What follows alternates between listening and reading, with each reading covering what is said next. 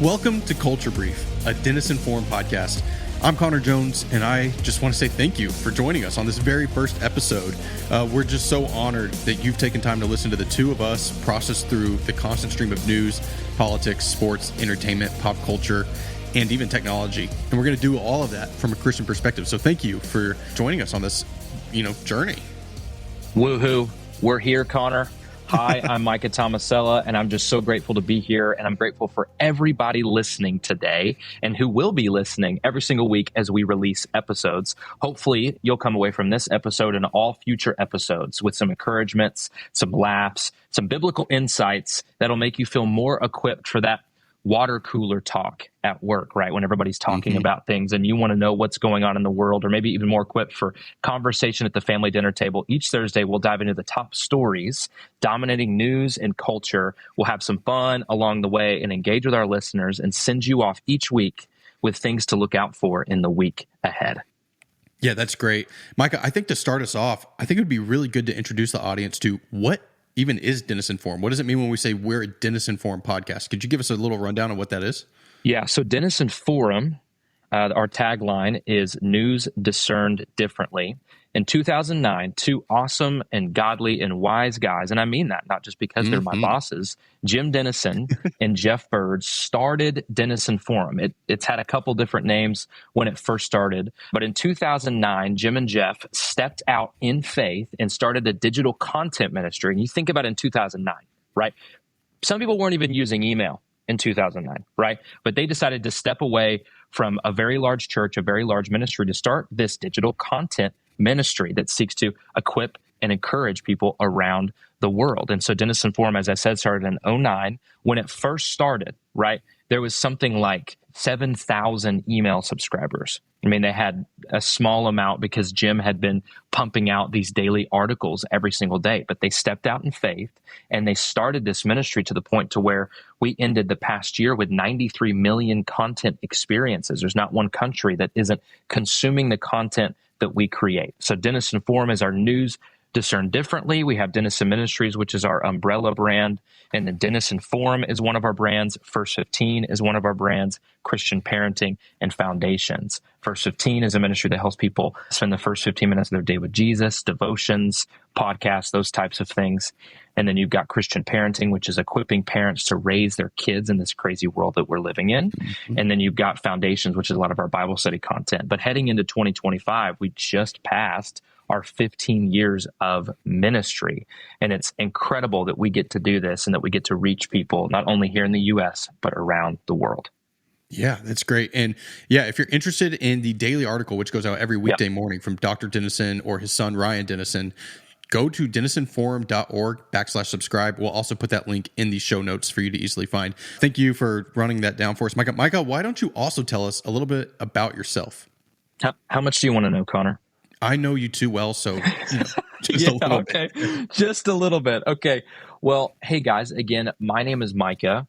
I am married. I have two beautiful daughters. I'm a graduate of Dallas Baptist University. I serve at Denison Ministries as our advancement officer, and I also get to co-host this awesome podcast that we're starting. But my focus with my job is to minister to and be in relationship with those who help make our ministry happen. Our ministry is completely donor supported, right? So we don't have ads that pop up. We don't have all of these different things that a lot of digital content, news resources, ministries, we don't have a lot of those things. And so we do that through the faithful people who give extra, who have a recognition that they've been blessed with so much. And so they want their dollars to go to something more eternal, something beyond themselves. So I get to focus on raising money for the organization and the strategy that goes into that. But I also get to have a hand in content like what this is, and I love it. I also have experience in real estate. I've worked for other nonprofits. I have 7 years of full-time church ministry experience. I've also worked in finance. And so it's just been incredible, all of the ways that God has prepared me to be in this position now. And I'm very thankful to do it. And I'm very thankful to get to work with one of my best friends, Connor. So that's a little bit about me. Yeah, just ditto. Man, it's so fun to work with you. Mike and I have known each other for probably going on 10 years. We did go to Dallas Baptist University together. And from there, we've just always stayed very, very close. Our families are very close. Like he said, he's got two daughters and I've got a amazing wife and our new baby boy who just came in this past year. So we are so grateful for that. And then I've also just got several years of experience here at Denison Ministries doing fundraising and now doing more marketing stuff and also some content production, such as this podcast and articles and all of that. Before that, though, I did work in government contracting. So got some interesting experience there. Got to work with the military and government and all of that. So that was a very interesting time in my life. But that led me to this spot, and I just absolutely love being a part of this team, doing this ministry alongside so many other great people, and very excited for this new venture that we're doing, though. Culture Brief is going to be so fun. We're excited to dive into news stories every week. You should find us every Thursday morning and follow us on whatever your podcast platform is so you make sure you don't miss a new episode. That being said, Micah, should we dive in? Let's jump into the brief, and let's jump into the top stories dominating the news. Go ahead, Connor. Yeah, so I think we just need to go ahead and hit the politics side of things. I mean, it is just kind of right at the forefront of everybody's minds as we go into Inauguration Day in a couple of weeks. Actually, not even a couple of weeks. I think we're 13 days, so we're less than 2 weeks away from the inauguration. Yeah, the 20th. 12 days. So 11 days.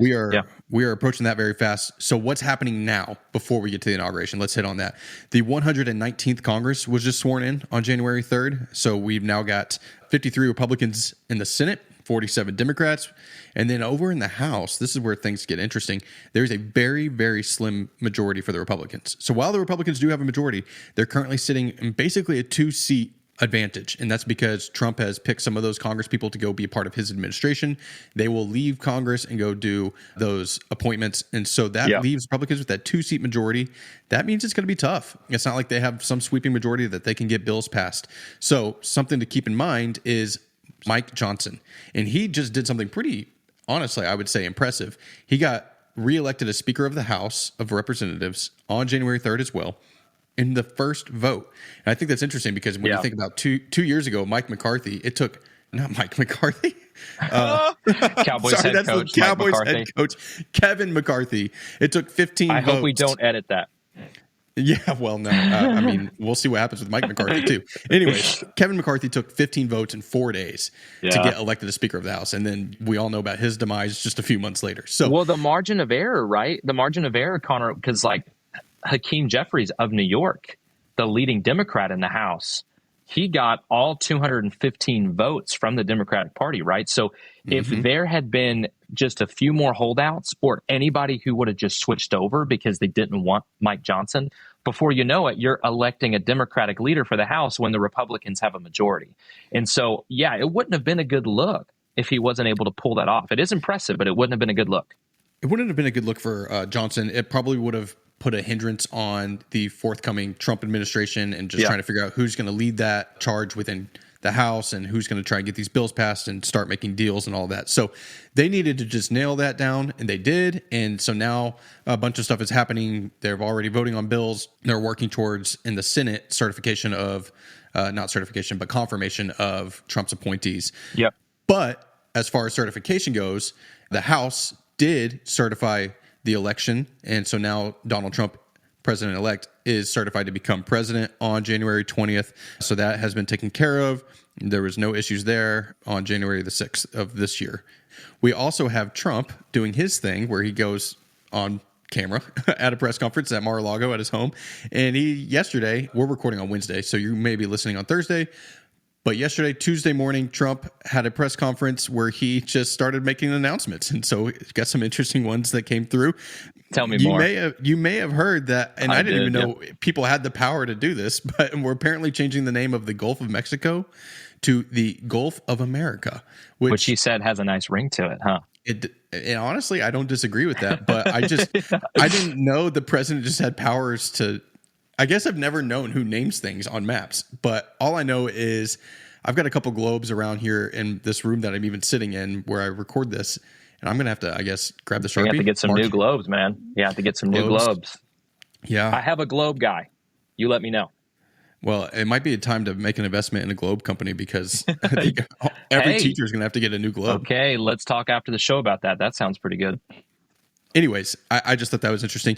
On top of that, Trump also did not deny the fact that he could potentially use economic or military coercion to take control of Greenland, the island next to Canada, and the Panama Canal, which has been a big point of contention in many circles. And Trump has alluded to the fact that he really wants to have those within America's reign. So it's just something to watch. And even Donald Trump Jr. was in Greenland yesterday. So it's not something that he's just joking around about. It seems like something that he's taking pretty serious and somehow wants to get a deal done with either Denmark or buy it or whatever it is. And I guess the importance of Greenland, because it's kind of just an island with a very, very small population, but it's got a lot of minerals. It has security implications. If you can put a military base on it, it is much closer to Russia and Europe and all of that. So, well, it's a Danish territory, right? So basically, I guess the way that Trump kind of explained it with the Gulf of Mexico, with the Panama Canal, with Greenland, it's like, well, if America's doing the majority of the work or pumping the majority of the money going into those things, that's why he's saying that. Time will tell if any of these three things happen. But it is really interesting. But Connor, I found myself when I saw the highlights of Trump's news conference, I was like, okay, this is happening again, right? Like it almost kind of hits you of, wow, like because some of the things that are said, it just kind of shocks you, and depending on how you feel, some of them make sense, some of them might not. But man, it sure is fun. It sure is fun. There's something new every day. That's all I can say. That's true, man. Whether you disagree or agree with what's being said, we do know that it's going to be an interesting next 4 years with this new administration. Definitely going to be different, but not different because we've seen it before. True. That being said, we are entering the final days of the Biden presidency. I would say don't expect him to go out silently. In these next 13 days, he's definitely going to do some more pardons, prospective pardons. He's looking to, and he actually already did, ban oil drilling off of America's east and west coast, including in the Gulf of America, Mexico, whatever it is. And so we will see how much Trump can repeal that. Trump has said he's going to repeal that order by Biden on oil drilling. And then we really might expect to see some sort of hostage deal in Gaza. This has been the crux of the Biden administration for the last year, trying to get a deal done. And I think he really wants to get that done before he's out of office. It makes sense. It would look good for his resume and legacy, but more importantly, it would bring the hostages home. But what does that entail? We will see. And then Trump has been threatening Hamas, saying, you're done if the hostages aren't released by the time I'm inaugurated. Yeah, so I wouldn't be surprised at all if we see some sort of a deal literally on like January 19th, right? Because you have two forces at play. You have Biden trying to cement his legacy and, take care of something that has, been on the forefront of his administration for a year and a half now. And then you also have Trump coming out weekly saying, when I get inaugurated, if these hostages are not released, every threat in the book, right? So hopefully both of those things, honestly, those just threats, and it doesn't lead to any like escalation, actually do get those hostages released, and that situation can be resolved.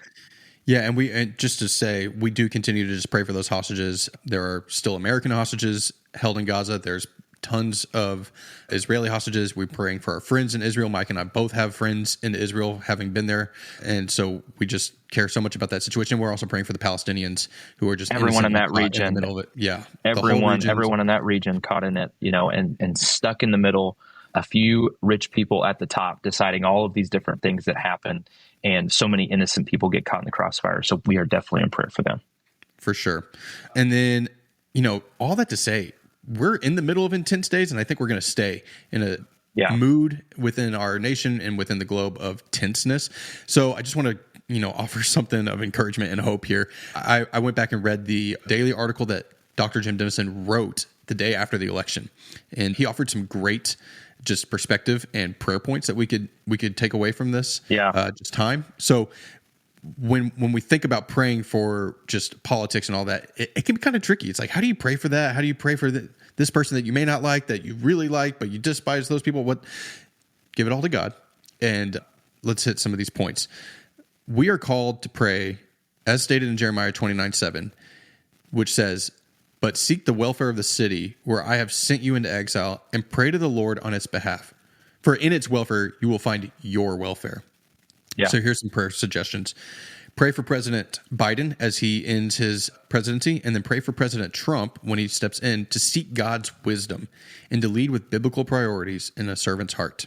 Mm-hmm. And pray for God to use him, use Congress, use the Senate to unify our nation and to protect Donald Trump, to protect our leaders in this administration from evil and to empower them for good. And pray for America's Christians and Christian leaders to be a people of prayer, humility, and grace. And let's ask that we be empowered to speak the truth to our fallen culture in love. And that's what we seek to do here at Denison Forum. Absolutely. We want to empower and speak truth and be humble and offer encouragement so that we can step into our world every day and be different, be set apart. Yeah, absolutely.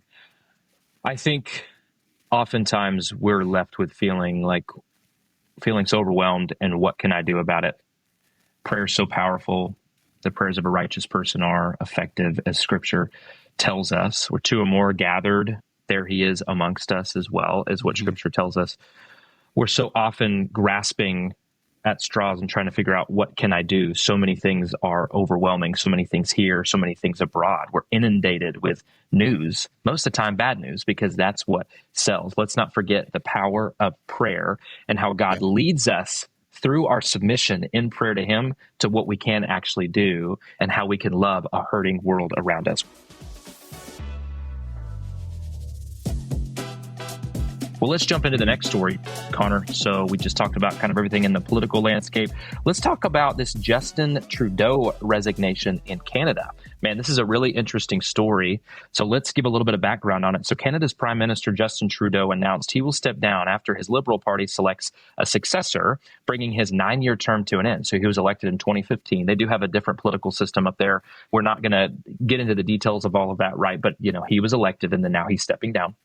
So while his resignation marks the conclusion of a significant era in Canadian politics, right? He was a very popular leader in Canada for many years. It comes as not much of a surprise to those within Canada specifically, but even those outside of Canada. Trudeau's popularity has plummeted, with his approval rating sinking to as low as 22% this past month as Canada faced mounting challenges, especially economically. Over the past year, Canadians grappled with soaring inflation, just like we have here, but their inflation was over 8% as well. And, it didn't really drop much after that. So efforts to stimulate the economy through immigration fueled a housing affordability crisis.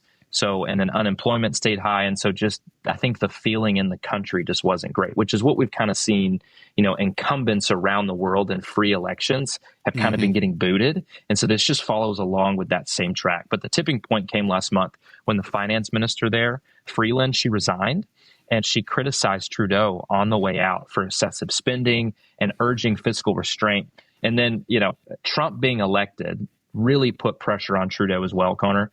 So, Trump called Trudeau the governor of the great state of Canada and kind of joked to annex Canada as the 51st state.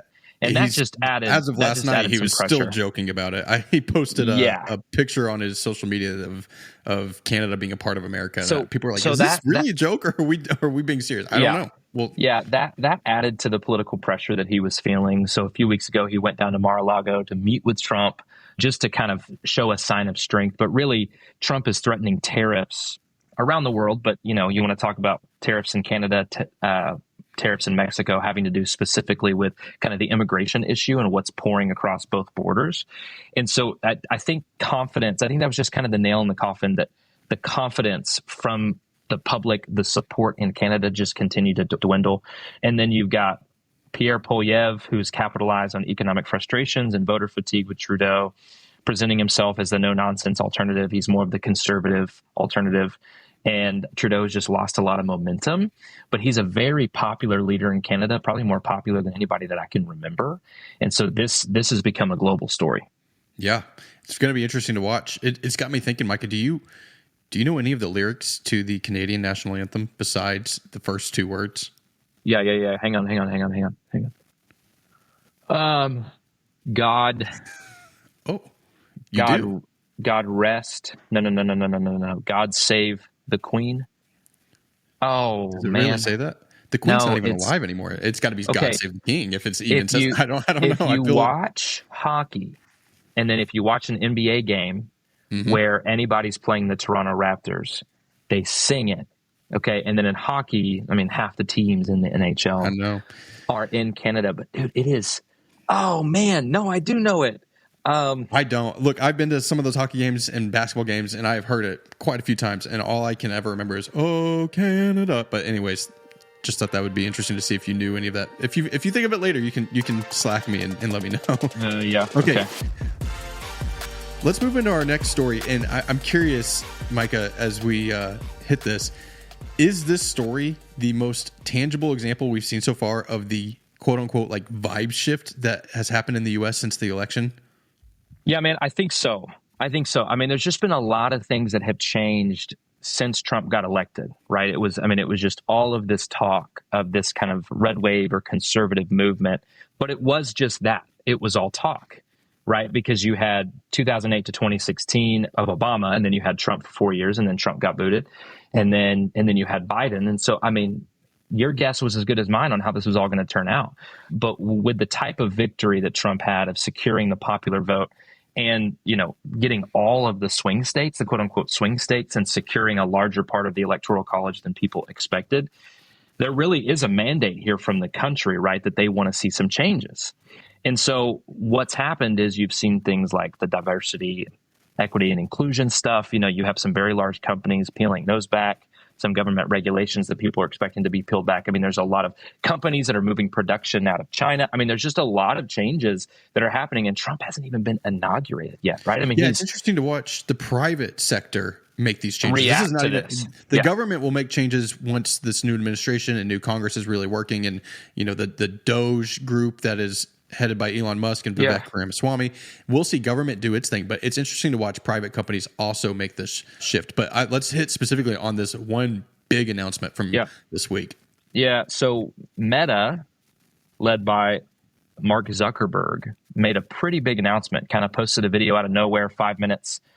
We'll link it in the show notes. You guys should check it out. It's really interesting to hear his talking points. So Meta ends the fact-checking program and adopts a user-moderated content model, meaning Meta announced a major overhaul of its content moderation system, ending its fact-checking program and shifting to a user-driven model, allowing individuals to flag and annotate any posts that seem misleading. So they're taking a page out of Elon Musk and X's, his leadership and how they're doing it, as opposed to this like small group of fact checkers.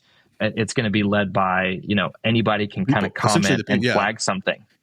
It's going to be similar to the X's community notes. If you're on X, you see those. And sometimes the community notes are actually just hilarious when people correct just bad information. That's what they're trying to do.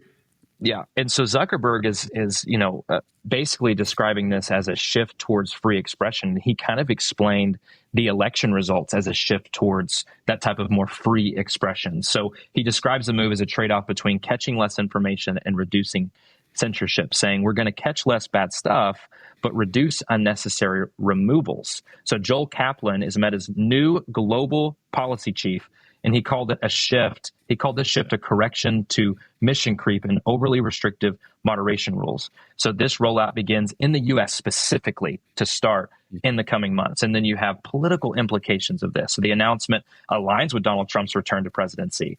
Meta executives informed Trump officials ahead of the change, and Kaplan went on all kinds of different news shows to criticize the old system's alleged bias, and conservatives praised the new direction, while those on the left kind of struggled with it and had issues with it, just because we are in uncharted territory. And then finally, there is a restructuring and a Musk inspiration in this, like we just kind of touched on. Meta is relocating a lot of their team and a lot of their fact-checking team, and those who are going to be moderating and reviewing these things are moving them from California to Texas. And really, Zuckerberg described it as so that people wouldn't be questioning as much where this information is coming from, and questioning as much the bias of the people that are actually checking this information. Right. And so by adopting a less centralized moderation system, Meta aims to navigate political polarization and accusations of bias while balancing free speech with the risks of misinformation. It's a trade-off. It's a balance here, man.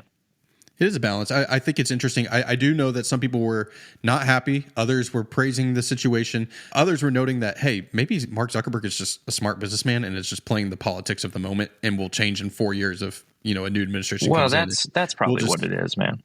Yeah. we'll just have to see what happens. Maybe he really has turned the tide, and he's got a new board that's coming in, including Dana White of the UFC, who's extremely vocal about free speech and definitely leans right. He is really good friends with Trump. So I imagine there's influences there. And yeah, Joel Kaplan, like you said, was in the W. Bush White House, and so he's got his conservative views as well. Yeah. I did want to hit on some of the exact quotes from the video from Zuckerberg. He said the recent elections also feel like a cultural tipping point towards once again prioritizing free speech. Yeah, he's saying exactly what we've been hitting on. Yeah, the country feels like it's changing, and the elections made it clear. And I think that's not just in the U.S. It's like you said earlier. It's kind of across the world as populism has taken elections by storm.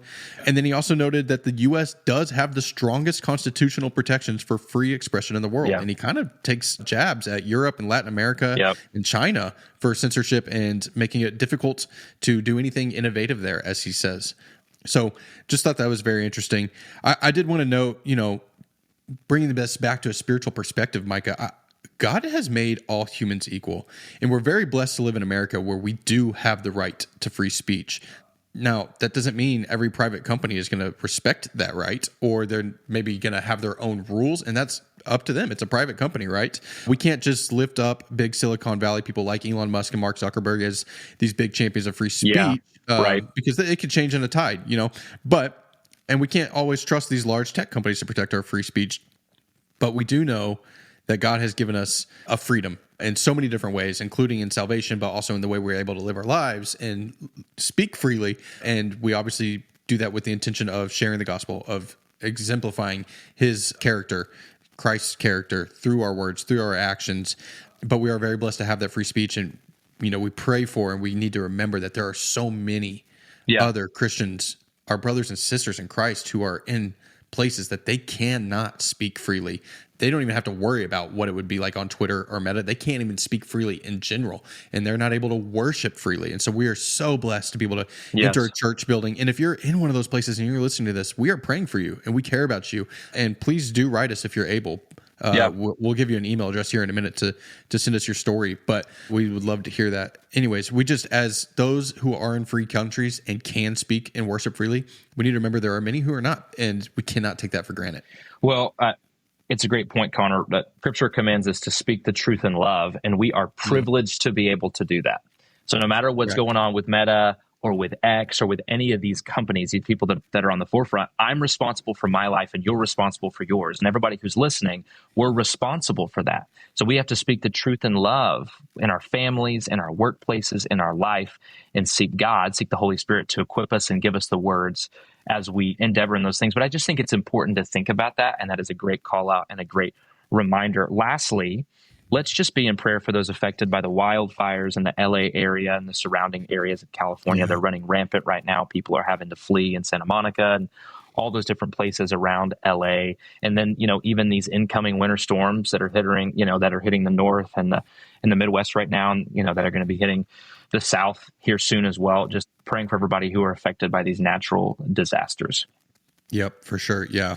It's so hard to see some of the images coming out of California, and I'm sure we will see more images of blizzards and storms and all of that throughout the rest of the country. So it's going to be a tough week in natural disaster realm. We are praying for that. Yeah. Micah, I want to take us into a little bit of a fun segment here real fast. Let's see if we can make some predictions for this new year. So we are recording here beginning of January, and we are just going to see what we can get right. And maybe we'll come back at the end of the year and see if either of us correct on some of these things. Let's start off with something coming up very soon, and we'll talk a little bit more about this here in just a minute. But hang on, Connor. Hang on. Before you start, let's go back to this Canada thing for a second. Okay. So as you were speaking, I looked up the lyrics, and I'm just going to admit something to the whole wide world here. Okay. Oof. I read it quickly. I'm not sure if God is mentioned in their national anthem called "O Canada." It says, "We stand on guard for thee." Okay. Oh. I'm over here thinking, as an American, maybe it's just because of their accents, or maybe because I wasn't listening well. I thought the entire time it was, "We stand on God for thee." But the lyrics say, "We stand on guard for thee." And so I'm going to go ahead and admit my embarrassment there, that I didn't recognize that. They are neighbors to the north, and we have people who follow us in Canada. I am sorry for my ignorance. I will change. I promise. And if you ever get asked to sing the national anthem at a hockey game where you do have to sing that, just make sure you brush up on the lyrics first. I am asked that frequently, by the way. I'm just too busy. Yeah. Okay. Well, go ahead. Sorry. Why don't you let's start off with who we think will win the Super Bowl. Who do you think? Who you got? I got the Buffalo Bills, man. This is a combination of just loving a good story, loving a good underdog story, and then just wanting that for the good people of Buffalo, the Bills Mafia, all the games that they attend in blizzard-like settings. I mean, they are just very tough up there. Would just love it for Josh Allen, love it for that city and for that area.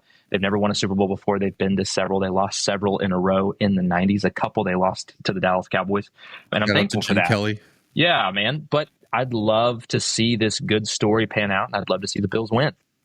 Yeah. I got the Lions. I also think a bit of an underdog story, although I wouldn't say they're underdogs right now because they are just on fire. So I can see them going, and I'm a big Dan Campbell fan, watching Hard Knocks a few years ago, and his whole thing was grit. Have some grit awesome. on the field, and you can tell he's a leader of men, and his team has rallied around him. I think they look really solid right now. So our picks have never won the Super Bowl before. So obviously you and I are both rooting for something that hasn't happened quite yet. I don't even think the Lions have been to a Super Bowl. No, am I right? They've never been to a Super Bowl. That's right. They've never been. Before the NFL and the Super Bowl was created, in the Super Bowl era, they have not. Yeah, but they did win a championship back in like the 50s or something. But nonetheless, they haven't been to a Super Bowl. Bills have had their shot, but they have not actually won. Okay. Who do you think is going to win the Masters? This is golf, if you don't know. The biggest tournament in golf. Yes, it happens in Augusta, Georgia. It's one of the 4 majors, right, Connor, on the PGA Tour. And it is, or maybe 5 majors, but it is four. It is the most prestigious tournament in the world. Yeah, and you would know. Why would you know? Yes. So my wife and I got to go to the Masters on the final 2 days, Saturday and Sunday last year in April of 24. Absolutely changed my life. It was a once in a lifetime opportunity. And we got to see Scottie Scheffler win it all and continuously give glory to God. He's from the Dallas area, definitely my favorite golfer. So I am predicting that he wins it again and makes history. He's still playing very well. He's very injured right now. He's kind of injured right now where he's not playing this weekend. But I think he'll win his second in a row. What about you? Yeah, I could see it happening. I just feel like it's time for Rory McIlroy to finally get his Masters win. He looked pretty solid last year. So, and I'm honestly pulling for it, but I could see Scotty doing it. There's several guys on the tour who are just solid. I'd love to see Rory get it. Yeah. But I think Rory needs it. Okay. Let's go to movies. What do you think will be the biggest movie of the year, box office wise? What's going to make the most money? Okay. Well, I can't really decide. So Mission Impossible, The Final Reckoning, Tom Cruise's series. This is the 8th and final installment of the Mission Impossible series. I think that they're going to have enough time to hype this movie up. Tom Cruise, man, he is just doing everything. You see all these videos coming out. He does his own stunts, jumping off ramps into canyons on motorcycles. I mean, this dude is wild. I think that there's a chance that movie gets a lot of really good reviews like in the first week or two, and people just continue to see it. I think it would be like a slow burn, but it could, be the biggest movie of the year. Or Superman. No, you get one movie. Okay, well, but listen, it might be Superman because James Gunn, right, was really, when he was at Marvel, he was a big part of reviving Marvel's image. You know what I mean? And they became very successful. Now he's at DC, and this Superman movie is his baby. I think this could end up being very good and could catch fire as well. Sorry, I just couldn't pick one. No, well, you just tell me one. What is your final prediction? Which of those two will be bigger? Mission Impossible. Okay. Yeah, I think so too, but we'll see. I mean, I'll be seeing both those movies. Yeah, same. Okay, my prediction is Avatar, the third installment of the Blue People Avatar series. This one's called Avatar: Fire and Ash. So don't know what Sounds that includes. interesting. Here's the deal: I don't enjoy those movies all that much. I have seen them both, and I don't think anybody comes away from those like, "Holy cow, that was the best movie ever." But for some reason, the whole world goes to see these movies, and so it'll probably honestly do like the last 2 installments and make $2 billion. Will that all happen in 2025? I don't know, because I think it comes out in December, so that'll probably lean into 24 or 26. We'll see. Okay. Who's going to have the biggest song this year? Like the most streams, most listens, biggest, like everybody's playing it everywhere they go. I'm going to say Post Malone, just because he can tap into a few different genres. R&B, pop, and specifically recently he's gotten into country, released a whole country album. He's kind of set himself up to create a song in whatever genre he wants. His star power is super high right now. I think there's a good chance he's the one who comes out with the banger of the year. Yeah, he could. And big Dallas guy, besties with Jerry. I've got down Bruno Mars. And here's the deal. I don't love Bruno Mars, but I do think we are due for a full new album. And anytime he releases an album, he just blows up. Like it takes over. What if Justin Bieber released an album, man? It's been years. If he did, that might... because it's been like 3 years since he's released one.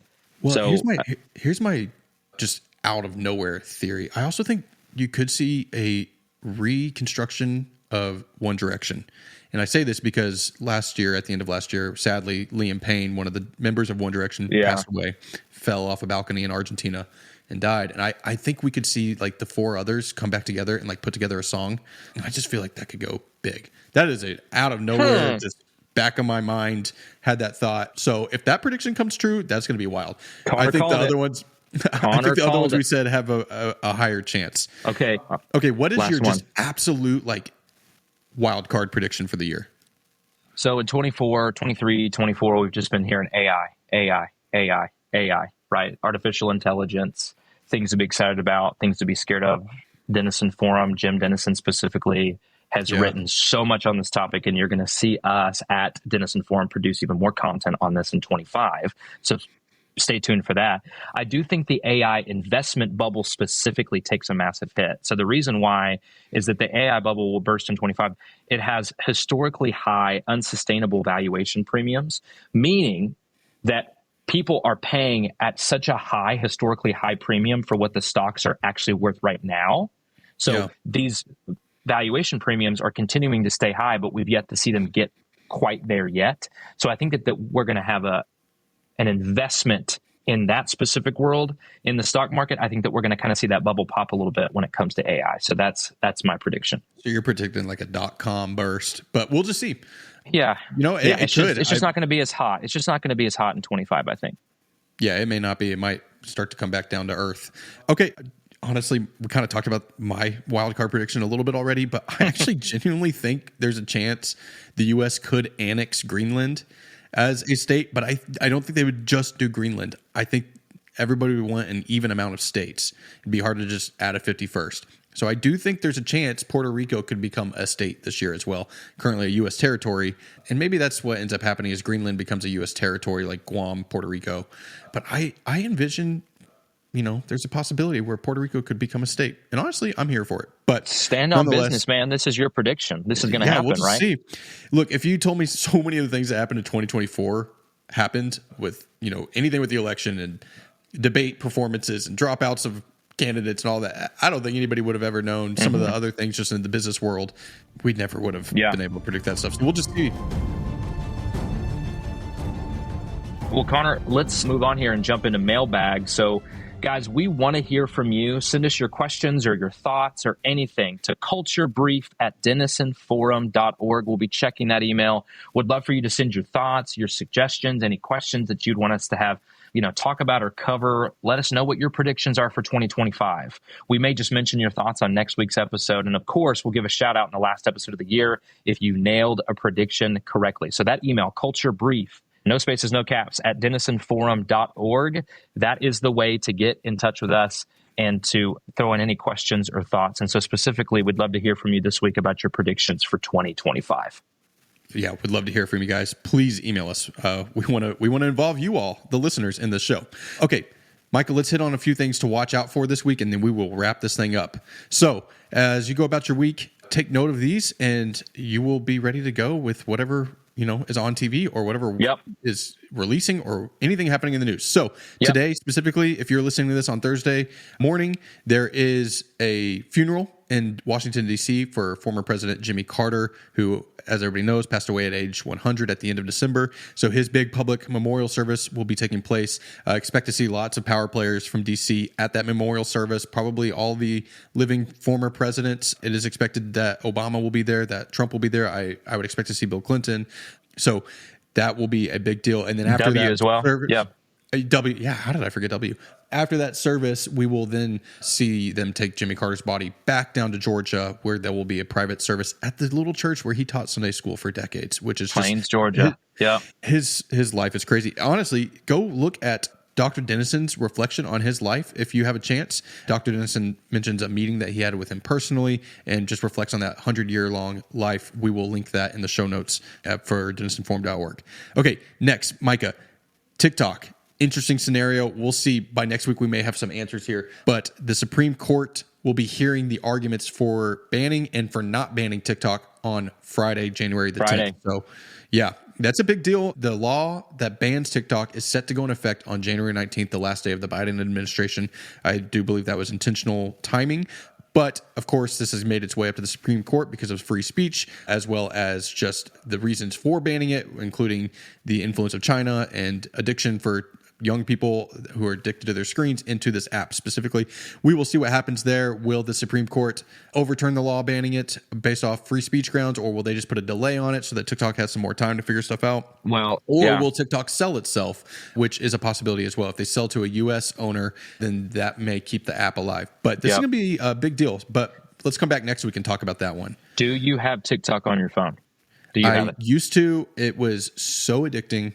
That I deleted it. It was just time consuming. And honestly, I don't think it's a bad app per se. Sure. And now I don't know about all the Chinese influence and data invasion and all of that. So that, but when I had it I got it during the pandemic when everybody else was downloading it and was just bored. And I even made a few embarrassing TikTok videos myself. So I'm not going to tell you my profile name because I don't need anybody going. Maybe we can get Connor to send those out to everybody so everybody can see those. I have not ever gotten TikTok, which is great.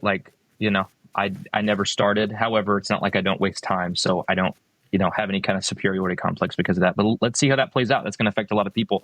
All right. So let's talk about what's coming up with the college football and NFL playoff football coming up. So all these times that I'm about to mention are central. I'm going to give you a quick rundown of all of the glorious football that we get to watch starting on Thursday, January 9th. 5 days straight. All the way through Monday. Okay, so Thursday we have Notre Dame at Penn State. This is the semifinal. So the winner of these two games I'm about to mention go to the championship that will be happening on Monday the 20th.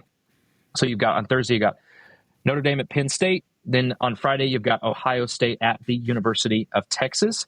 And then on Saturday, you've got the Chargers at the Texans. We're into the NFL now at 3:30. And then you've got the Steelers at the Ravens at 7. This is the first round of the NFL playoffs. And then on Sunday, you have a slate of games that can keep you busy all day long. You've got the Broncos at the Bills at noon.